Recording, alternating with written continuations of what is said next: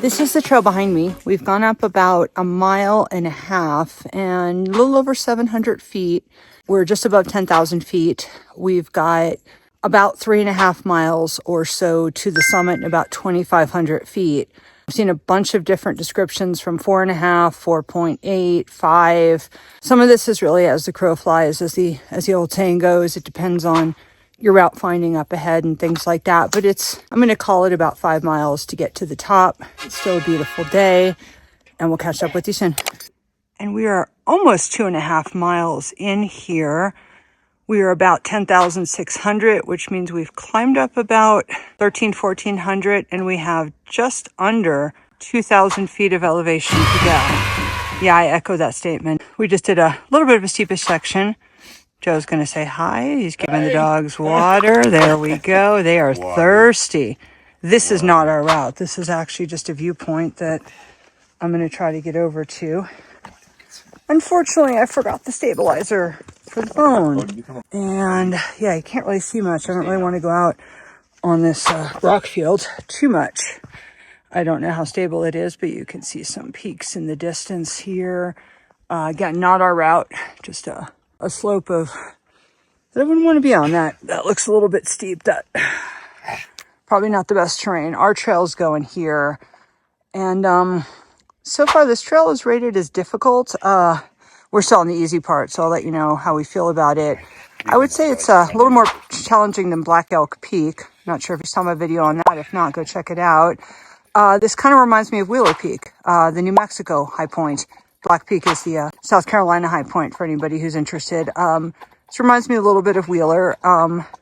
The trail's easy to follow. It's a little bit steepish in sections. Some parts are rocky, so nothing too terrible, but that's about where I'd rate it in terms of difficulty. I understand when we get up to about the 3-mile mark, that's when we're gonna start getting up on the ridge line. We're gonna have to start doing some route finding. It's supposed to be a class 1, so again, should be easier than Boundary in Nevada. And you can check that video out if you're interested. And there's Odin. He's doing great.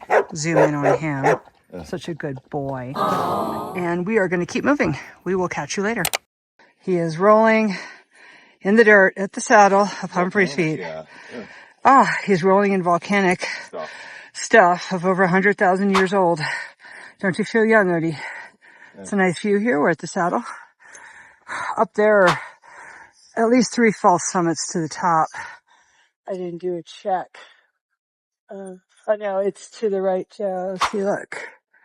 You're going the wrong way. We got to go this way. So actually, I was wrong. See, Humphreys goes this way. So good thing to have, 3 false summits are out here. Always check your maps. Here we knew we had trail guides, but definitely have something to guide you like a GPX file. If you've watched any of my videos, you know how I feel about all trails. I wouldn't trust it on something that doesn't have a complete solid trail like a state park or a national park. If you feel otherwise, let me know in the comments. And we are under a mile, under 1,000 feet to go. And the dogs are looking for a snack. Catch you later. Whew, it's just a bit of a beast, this saddle, scrambling around the false summits. Again, mostly a trail, but here we go. This appears to be the final pitch. I knew we were very close to 12.5. But yeah, this section does have a trail. There's large markers pointing you in the way, but sometimes you may lose footing here and there, but I don't know why people are saying there isn't a trail, because there kind of is. A little harder to follow. Should be easier to follow on the way up. On the way down. And we're going to do this final little bit up to the summit of Humphreys Peak. Catch you later. 250 feet or so to go. That may or may not be the summit. There's been a trail. A little rocky. A little bit of watch your footing, but not too bad. And as you can tell, it's very windy. Catch you later. Now, y'all know how much I love the trees. You're almost there. But I think we really are almost there. Cattle dogs are crushing it. Joe's crushing it. I'm wishing I brought the stabilizer. I won't forget it next time. Let's see where we are. We seem to be getting somewhere. Odin knows it's the summit. Odin knows. Yeah. He knows it's a snack at the summit too. We've got to be very close to 12.5. The markers.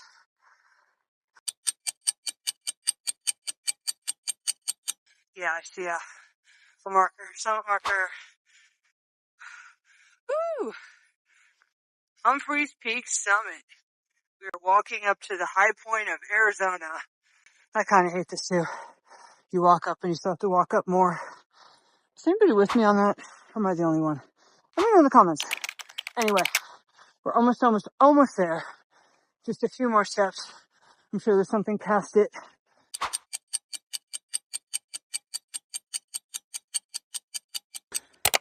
Celebration on the summit. Happy cattle dogs. Congratulations. There you go. Big smiles. Big smiles. We did it. Thank you for putting that on video. It's a breezy afternoon and it's just about 3 o'clock here. We are pushing 8 hours and we're almost back to the car. This is the last little section. Pups did great. They're with Joe. Let's zoom in. You can see them. Yeah, they're looking back. They've got treats on their brains. They definitely do. This was a long one.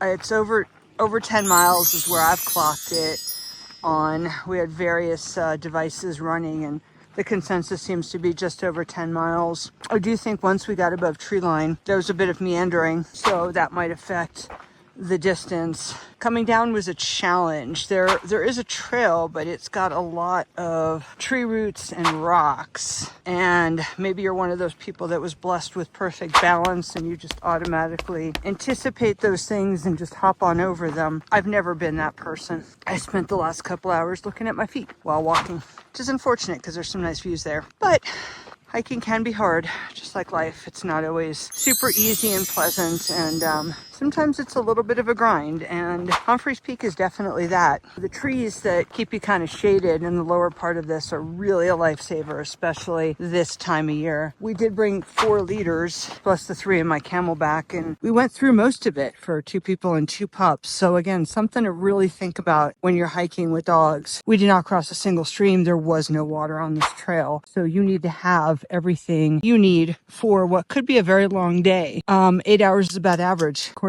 to the sign that we saw. And so something to think about. We also always have an emergency harness with us if we need to carry the dogs out. If we need to carry them both out, we're really in trouble. But I know we have at least one harness with us and extra food and snacks. We were kind of a little bit grumbly today because we did not remember all of our electrolytes, which Joe really likes. He likes his Tailwind and his Power Gels. I can't eat anything processed, so I don't have those, but I usually have some more salt, some more fruit. We usually have cheese with us that we like and the dogs like. It's a nice high fat snack. So we kind of did not pack very well for this trip, so we don't have any of that, but rest assured we didn't starve. We're doing fine, although we're going to have a very nice meal when we get out of here, and that's where we're heading. We're heading to the car, and I'm going to do my favorite thing, which is take off these hiking boots and put on my sandals, and we're going to head back to the campground where we're staying, where I've got to get some work done,